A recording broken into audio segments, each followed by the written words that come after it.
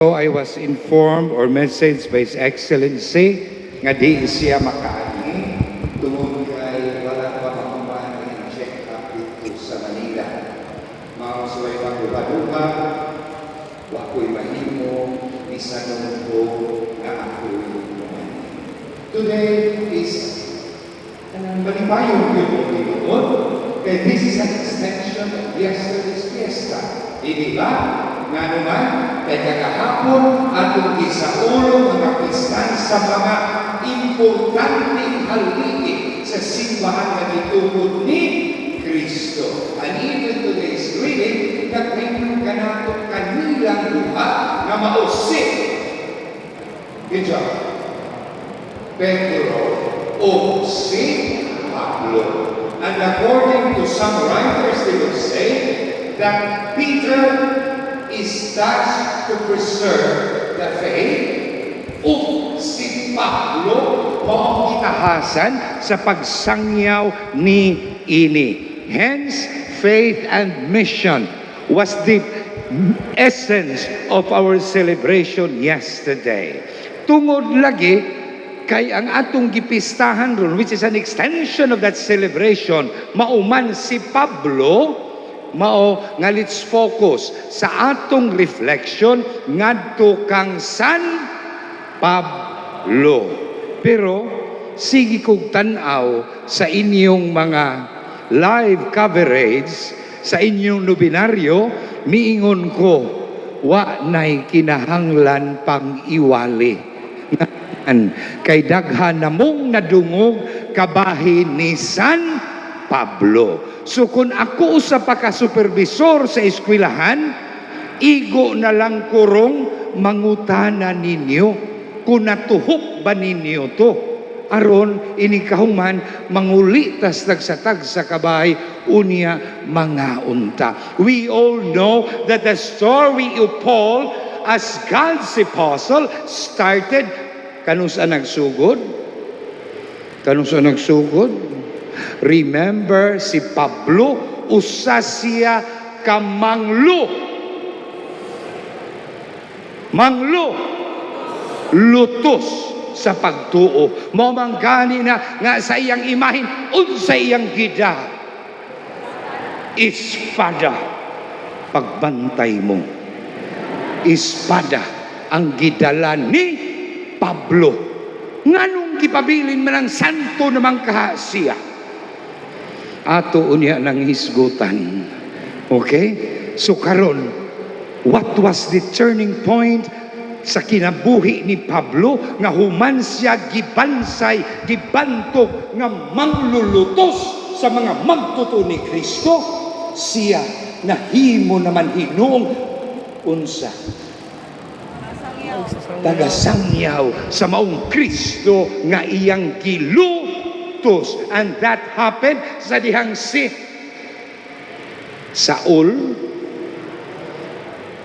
Masubsub kaayo siya pagsunod sa balaod sa mga Hudeo. O sa dihang gisugo nga muadto sa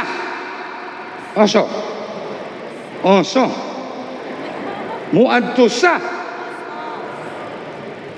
inabangga nga muadto sa Damas aron iyang lugtuson og panap kun ang mga magtutuo. Pagkahuman didto nahitabo ang direct intervention sa Ginoo din iyang pilion gikan sa kahugayan sa unsay na nagbinise sa kahuyangan ni Pablo, iyang pilion si Pablo nga mahimo niyang magsasangyaw. And the rest is sumpay. And the rest is history. When Paul accepted Jesus, iyang gihubuan ang iyang kaugalingon. Iyang gihubo ang tanan nga iyang nahikatunan. Labi na sa paglutos ug iyang gisulob ang gugma ni Kristo diha sa iyang kaugalingon. And when Paul sa dihang naklaro ni Pablo kung kinsa siya, atong makita nga nagpabilin siyang matinud-aron. There was no turning back in the life of Paul. Regardless of the situation that he faced, Paul remained faithful to his identity as a true apostle, as a true servant of Christ. And because of that total surrender to his identity,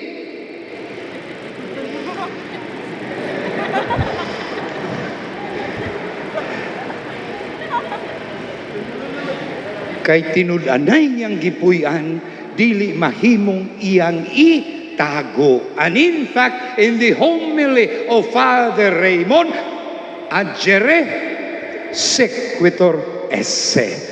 Action flows from being. Nga kung si Kristo buhi diha kanimo, dili ka na mahimong kataguan. Hence a congruence between the words that you utter and your action. Kay kung di gani ka na magsibo, mong muingon ta, ngang Kristong imong giingon, nga mong akong manluluwas, basin baya ka ng Kristuha, mo ka ng gisangyaw dito sa buwangan.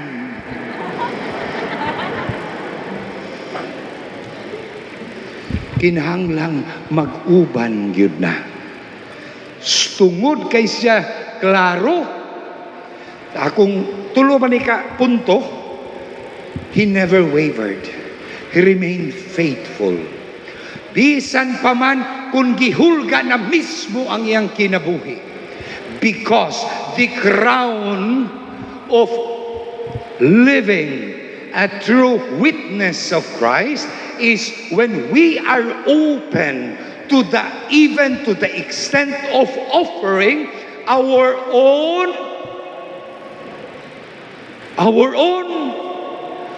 blood.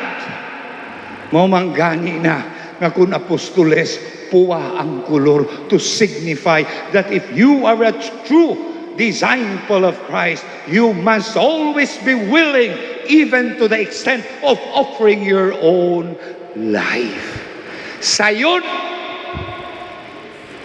sumpay, sayon, sultihon, lisod, we easily compromise everything because we want to be secured materially. So, my dear brothers and sisters, as we celebrate the feast of St. Paul, nini ika-500 katuig, diin atong nadawat ang pagtuong Kristohanon, I think the story of Paul should also help us and remind us as we continue our journey of faith. Remember, we too have experienced real conversion. And that conversion happened when we ihangat na ko. Ato ay taong mutudlo nimo ug sa imong buhaton. When Paul visited Ananias, he was baptized, and that was the beginning, the fullness of Paul's conversion. We accepted Jesus in his life. So too, our conversion is started when we receive the sacrament of baptism. But how do we live that conversion diha sa atong kinabuhi?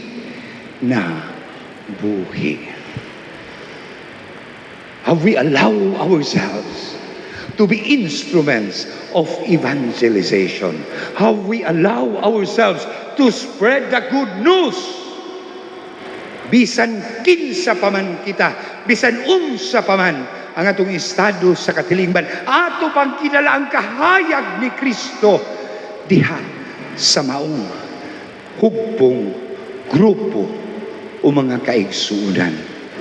Have we allowed ourselves to be Christ's